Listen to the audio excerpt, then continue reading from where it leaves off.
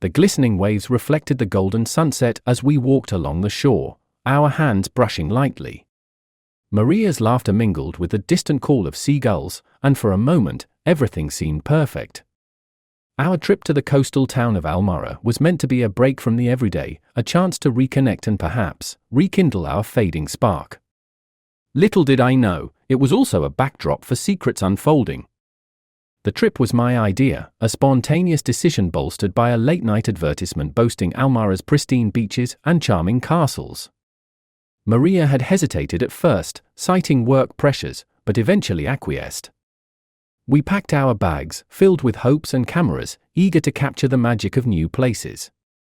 Each day, we explored the nooks and crannies of Almara, from bustling markets to tranquil gardens, our cameras clicking away. Maria, ever the history enthusiast, insisted on documenting every castle and historical monument. Yet, our tight schedule meant leaving out the remote Castle Elvid, an omission I thought little of at the time. On our last evening, as the horizon swallowed the sun, we shared a quiet dinner by the beach. Maria was unusually quiet, her eyes often drifting to the crashing waves. I reached for her hand, squeezing it gently, trying to bridge the growing gap between us with a touch. "We should do this more often, don't you think?" I asked, hoping to draw her out. "Yes, it's been lovely," she replied, her smile not quite reaching her eyes. Back home, the routine of life quickly resumed, but the memories of Almara lingered in the hundreds of pictures waiting to be sorted. One quiet evening, I finally sat down to relive our journey through the photographs. My heart swelled with a mix of nostalgia and sorrow as each picture told a story of laughter, landscapes, and latent distances. Then, I froze. There it was, a photo that didn't belong. A snapshot of Maria standing alone by the gates of Castle Elvid. The timestamp showed it was taken late at night, a time we were supposedly resting at our hotel. My mind raced. How? When? I confronted Maria the next morning, photo in hand. Her face went pale, her usual composure crumbling under the weight of undeniable evidence. "Maria, why were you at Castle Elvid? And who took this picture?" My voice was steady despite the turmoil inside. She hesitated, then a flood of words. I met someone at the beach on our first day. It was nothing at first, just a conversation. But then, we met again. He took me there one night while you were asleep. I'm so sorry, Alex." The revelation stung, a bitter poison spreading through my veins.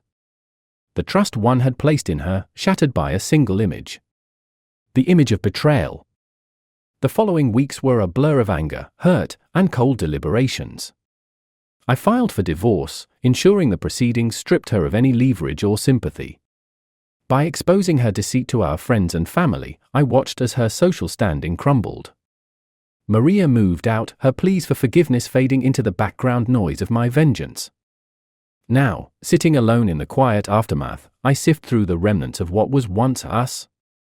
The photo of Castle Elvid stands out, a grim reminder of how easily love can turn to betrayal and revenge. The house felt unnaturally quiet without Maria's presence. Every corner echoed memories, each one a sharp reminder of the betrayal. I wandered through the empty rooms, the weight of my actions pressing down on me. Divorce papers lay scattered on the dining table, the ink barely dry, the finality of their phrases stark against the white paper. A sudden knock at the door jolted me from my thoughts. I opened it to find Tom, Maria's brother, his face taut with anger and concern. Before I could greet him, he pushed past me, his eyes scanning the hollow space that used to be his sister's home. "Alex, what the hell did you do?" Tom's voice was a controlled roar, his fists clenched at his sides. I braced myself, the remnants of my anger flaring up. "I did what was necessary, Tom. Your sister wasn't who I thought she was." Tom shook his head, disbelief and disappointment etched across his features. "You could have handled it differently. You could have handled her life." I felt a surge of defiance. "She ruined ours first," I countered, feeling the old hurt surge back to the surface. "She cheated, Tom. She lied to us both." He paced the room, his frustration palpable. I get it, Alex, but the revenge? The public humiliation? Was it worth it? Before I could respond, my phone buzzed. A message from an unknown number flashed on the screen, a picture attached. It was another photo of Maria, this time with the same man from the beach, laughing in a way she hadn't with me in years. A bitter taste filled my mouth as I handed the phone to Tom. See? It wasn't just a one-time thing. How many more proofs do you need? Tom stared at the picture, his anger softening into sorrow. I can't believe she'd go this far. Determined to dig deeper, I decided to track down the man in the picture. A few calls and internet searches led me to his identity, Damien, a real estate broker from the city. I felt a plan hatching, the contours of a new scheme taking shape in my mind. The next day, I arranged to meet Damien under the pretense of needing a property. We met at a local cafe, the air cool and businesslike. Damien was charming, his smile easy and disarming. Alex, right? What sort of property are you looking for? I played along, describing a fictional investment, all the while studying his reactions, looking for any sign of guilt or recognition. After several minutes of casual conversation, I steered the topic towards Almara. Beautiful place, Almara. Ever been? I watched him closely. His reaction was subtle, but I caught the brief flicker of surprise. Yes, a few times. Great potential for holiday homes. Feigning a distracted look, I dropped my guard. My wife loved it there. Too much, it seems. Damien stiffened, the mask of neutrality slipping. Your wife? Yeah, she found quite the holiday romance there, I said, the words laced with venom. Realization dawned on Damien's face, and he attempted to regain his composure. I'm sorry to hear that, Alex. Relationships can be complicated. The meeting ended with vague promises of future business, but as I left, a clear picture formed in my mind.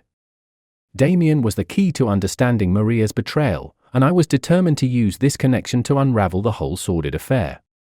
Back home, I sat down, surrounded by silence and scheming. The game was far from over, and I was just getting started. The intrigue of betrayal was deepening, and I knew the path ahead would be fraught with revelations that could change everything. The morning air was brisk as I drove to Damien's office. The plan was to delve deeper into his connection with Maria, perhaps even to catch him off guard. I rehearsed my approach, each word calculated to probe without revealing my full intentions. Upon arriving, I was greeted by the sharp click of heels on polished tile. A receptionist looked up, her smile practiced yet welcoming. Good morning. How can I help you? She chirped. I have an appointment with Damien, I replied, my gaze sweeping over the sleek lobby. Oh, yes, Alex, right? He mentioned you'd be coming in. Please, have a seat. Damien will be with you shortly. As I waited, my thoughts raced. This was more than a reconnaissance mission, it was a step towards understanding why Maria had strayed, and perhaps, a way to extract a deeper revenge.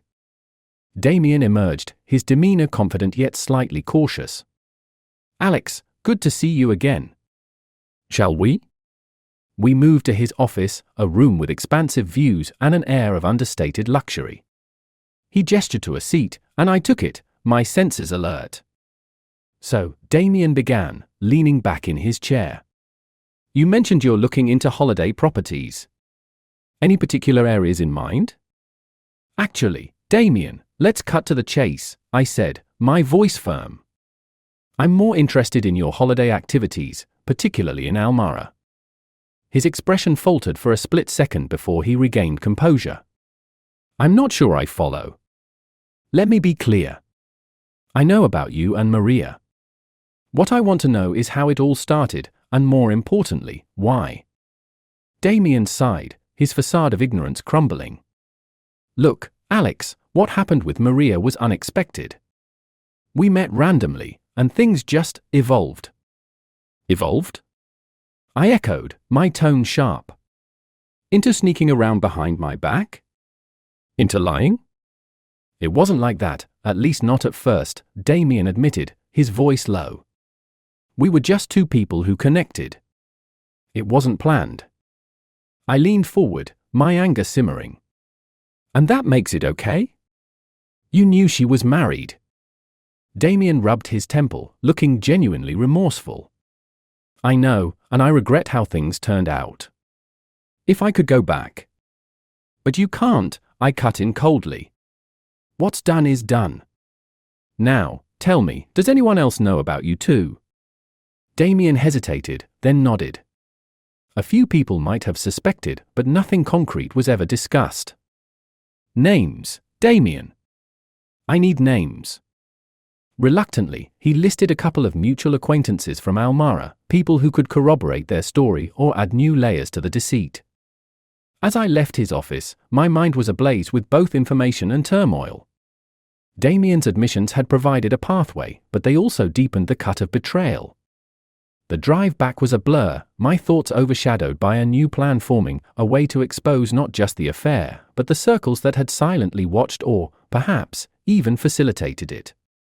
At home, I pored over the information Damien had provided. Each name was a lead, and every lead a potential thread in the web that had ensnared my life. My next moves would need to be careful and calculated. The revenge I sought was no longer just about retribution, it was about exposing a network of lies.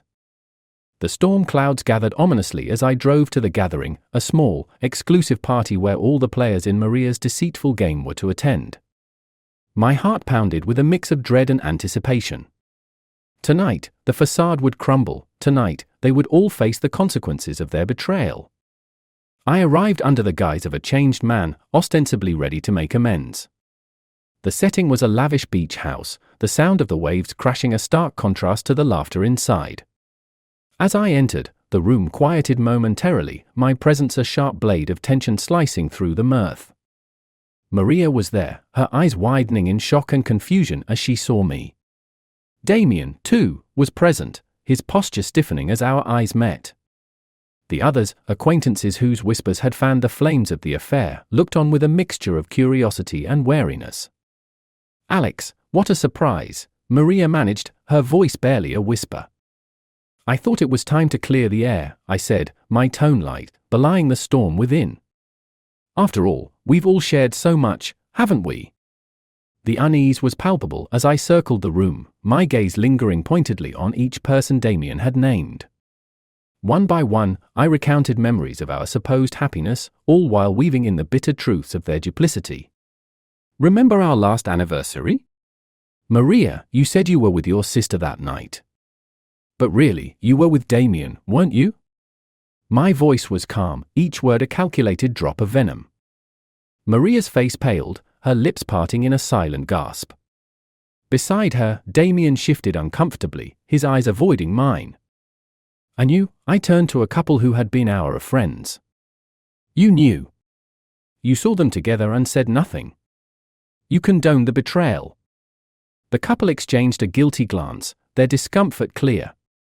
Murmurs filled the room, the air thick with tension and emerging truths. I trusted you all, I continued, my voice rising with the crashing of the waves outside. But tonight, that ends. I revealed then, not just the emotional scars, but the evidence I had meticulously gathered, photos, messages, testimonies from those who had decided to come clean. The impact was immediate and devastating. Maria's facade broke, tears streaming down her face. Alex, please, No, Maria. No more lies. This is the end, I said sharply. As the reality set in, the party quickly dissolved into chaos.